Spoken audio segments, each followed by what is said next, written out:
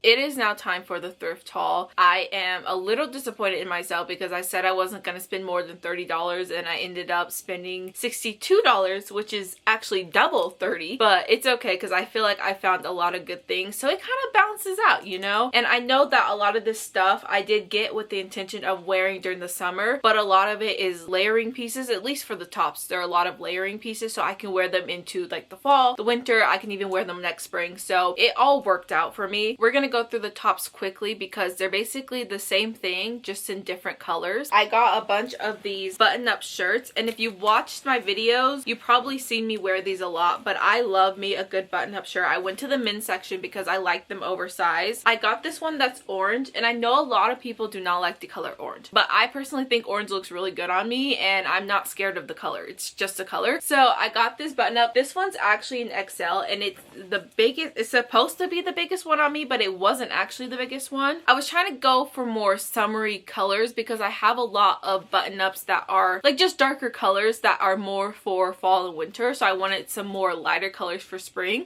and summer. Next, I have this yellow one, which is kind of pastel. It's very light, like the fabric is very light. A lot of the other ones are more like almost like a denim material, but it's not denim. But this one is very light and breezy. This next one, oh, I love the color of this one. It's just kind of like sagey green color. It's so good. I think this one was the biggest on me. There's like sort of a floral kind of like leafy pattern on this, and you can't really tell on camera, but I really like it. I think this one is probably my favorite piece that I found today. Then, okay, this is the last button up, but this one was half off. I can't believe that this is the only piece of clothing that I got on half off. Like, I didn't put in much effort to find pieces that were gonna be 50% off. This one is blue, and it has like this, I don't know, kind of like a plaid material, not material, pattern. Was a little bit iffy about this one, but I liked it. It was cute. Then I got a tank top, which I don't need a tank top because I have tons, but I got this kind of navy blue tank top. I don't have anything like this, as in I don't have anything in this color, and I'm excited because for some reason these two can go together very well, but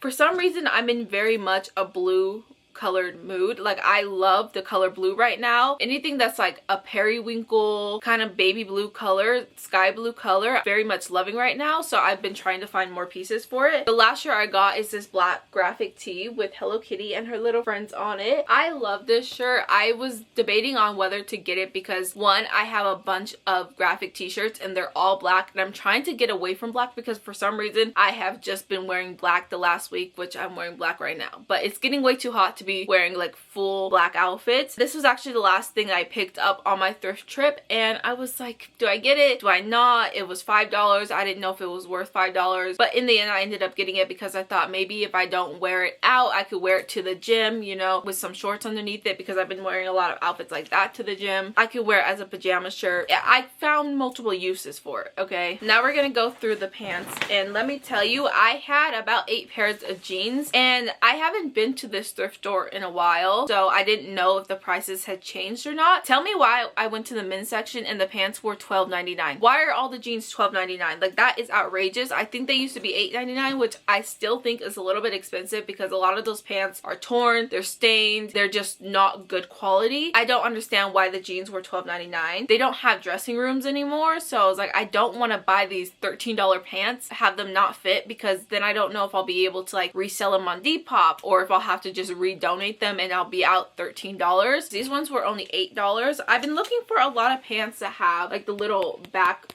what is this, like label? I don't know, but these ones are Levi's. They are relaxed fit and I really like them. I was looking for some jorts, didn't find any, but I found some cargo shorts. Well, I guess technically these are jorts. These are, they're kind of black, but they're not black. They're a very dark blue. I don't know if it's gonna pick up on camera. They're cargo shorts, and I was kind of just holding them up to me because these are man pants and I'm short, so I didn't want them to be basically too long and look like they're pants or capris, because I hate capris. I just do not like the way they look. I also got these in this green color because along with blue, I've also been really obsessed with green. So I got these like olive green colors. I'm hoping these ones fit. I think these ones are a little bit longer than the jeans, but either way, I'm gonna make them work.